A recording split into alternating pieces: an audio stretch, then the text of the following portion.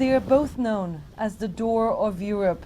Lampedusa, Italy's southernmost tip, and the monument erected here, in memory of those who don't make it across. But who could forget? 5 years ago, a boat sank just a few meters from the island. 368 people were killed in what's become known as one of the worst migrant shipwrecks in history.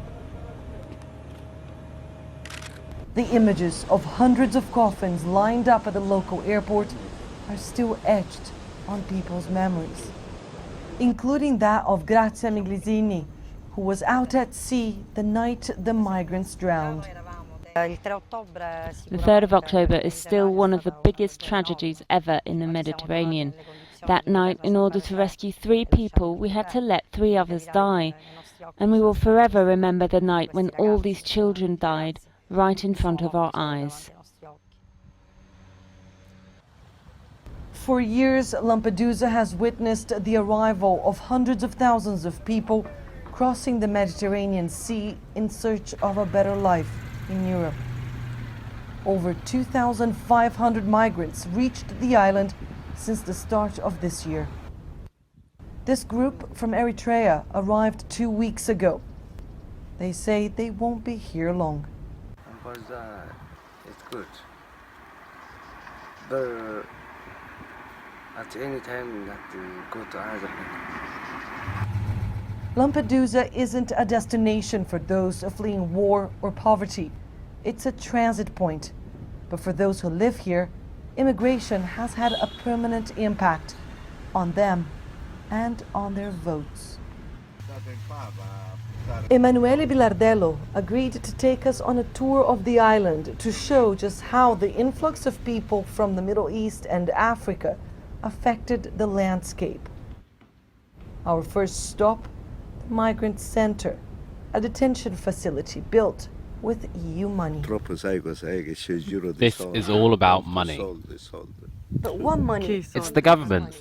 Europe gives the government money and then it could be spent anywhere, even on places like this.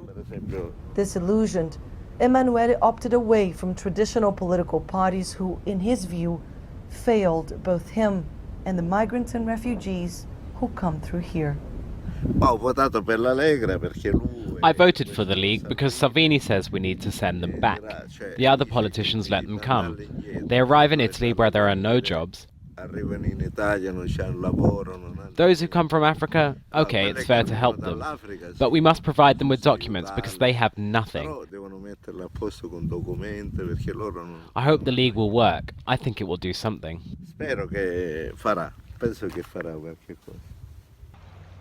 Here in Lampedusa, Matteo Salvini's Northern League party secured 15% of the vote in this year's elections. Angela Maraventano, a Lega senator from Lampedusa, says it's the party's candor on issues such as migration that has convinced people. It's useless to say we want to welcome these people if when they arrive here we treat them like slaves. They deal drugs, do petty work. I'm talking about Italy, but I imagine it's the same in France. Last year we had jobs for them. Now we treat them horribly. But we don't have the economic means to help all of them. And so it's better that these poor people live with dignity in their own countries. To live with dignity is arguably what people are looking for when they cross the Mediterranean. But that's something that those in charge here and those who voted them in say they are unable to offer. For now, at least, the only door of Europe that remains open is that of the monument.